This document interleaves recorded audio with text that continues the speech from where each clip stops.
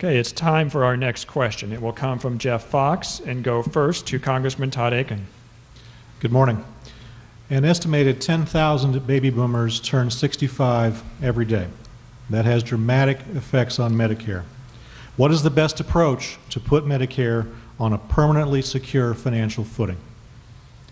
Putting Medicare on a firm financial footing is going to, first of all, involve repealing Obamacare.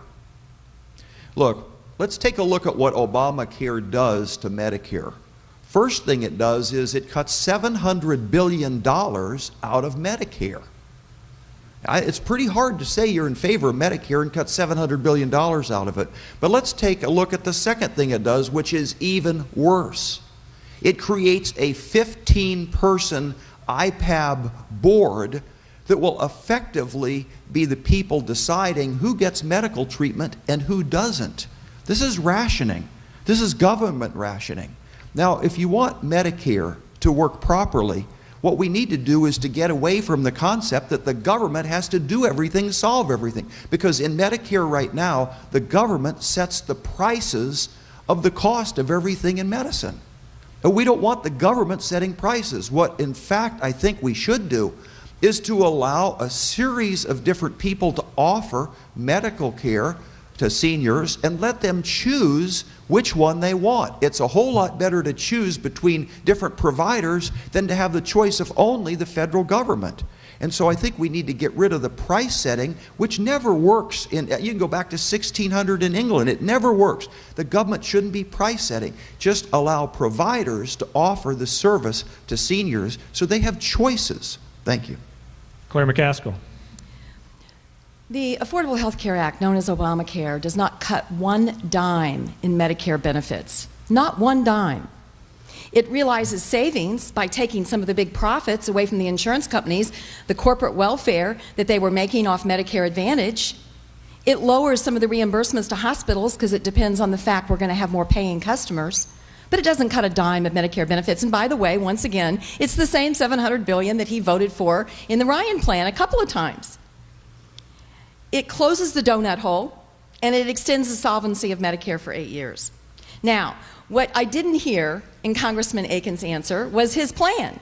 His plan is to privatize Medicare. He wants to give seniors a voucher, and once you spend your voucher, you're on your own. You're on your own. If the premiums go up, you can't afford it, you're on your own. Your medicine goes up, you can't afford it, you're on your own. Now, how do we fix it? There's a couple of things we've got to do. One, we need to do some more aggressive means testing. I know it's political season. I'm not supposed to say that we're going to do anything like that, but I believe in it. I don't think we can afford to buy Donald Trump's prescription drugs. He can buy his own. We're doing that now. We can means test some of the Medicare programs and enact some of the savings programs that are working. St. John's Hospital in Springfield, on a pilot program, took their Medicare population, and with quality control and customer satisfaction, they were able to reduce, through managing the care more carefully, $17 million in Medicare payments that were owed. As a result, they got a bonus of $4 million. That's incentivizing. That's what we need to do in a capitalistic system, is incentivizing prevention and spending less money rather than incentivizing more treatment. Jonathan Dine.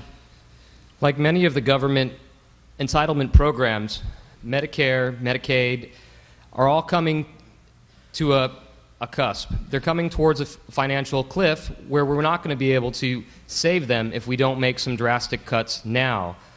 I would propose block granting the states money based on population to deliver health care for seniors and people over 55. I feel that the states would be more close to the people of the state, actually more apt to listen to the legislators and provide you with a better service for your dollars. I think that anytime you expect the government to manage your money efficiently, we can just look at the record of spending money recklessly with mismanagement. I feel that we really need to make some tough choices or we will all be left with nothing. Congressman Akin, Senator McCaskill had characterized your position as privatizing Medicare and giving seniors vouchers. Would you like to respond to that in your rebuttal time? Sure. The idea is that the senior has a choice in medicine. That's the idea. Instead of having one size fits all, which is the big government solution. We're trying to allow choices. Look, there's one thing in medicine that I don't like, and that's when an insurance company gets between the doctor and the patient. But there's one thing worse, and that's when the federal government gets between the doctor and the patient. And I don't support, and neither did 71% of the Missouri public support, the bright idea of having the efficiency of the federal government and the compassion of the IRS running our health care. I'm opposed to that. I voted 30 times to repeal it, and when I get to the Senate, I'll be the one that votes to make sure it gets repealed totally. Clay McCaskill, would you like your additional 45 seconds there? Well, I think it's important to remember that there is a lot of misinformation about this bill. There's not a government plan in it. It's all private insurance, and there's good things in it. And you need to remember what Congressman Akin wants to repeal. He wants to repeal the ability of insurance companies to say you're out of luck because you've had the nerve to be sick before. He wants to repeal kids being able to stay on their policies until they're 26 years old. He wants to repeal a focus on free prevention so we can avoid serious health care costs down the line. He wants to repeal the insurance companies having some rules of the road and having to refund your premiums if they decide to spend most of their money on more people to deny your claims rather than on your health care. I think if Missourians will give this legislation a chance, they're going to be pleasantly surprised.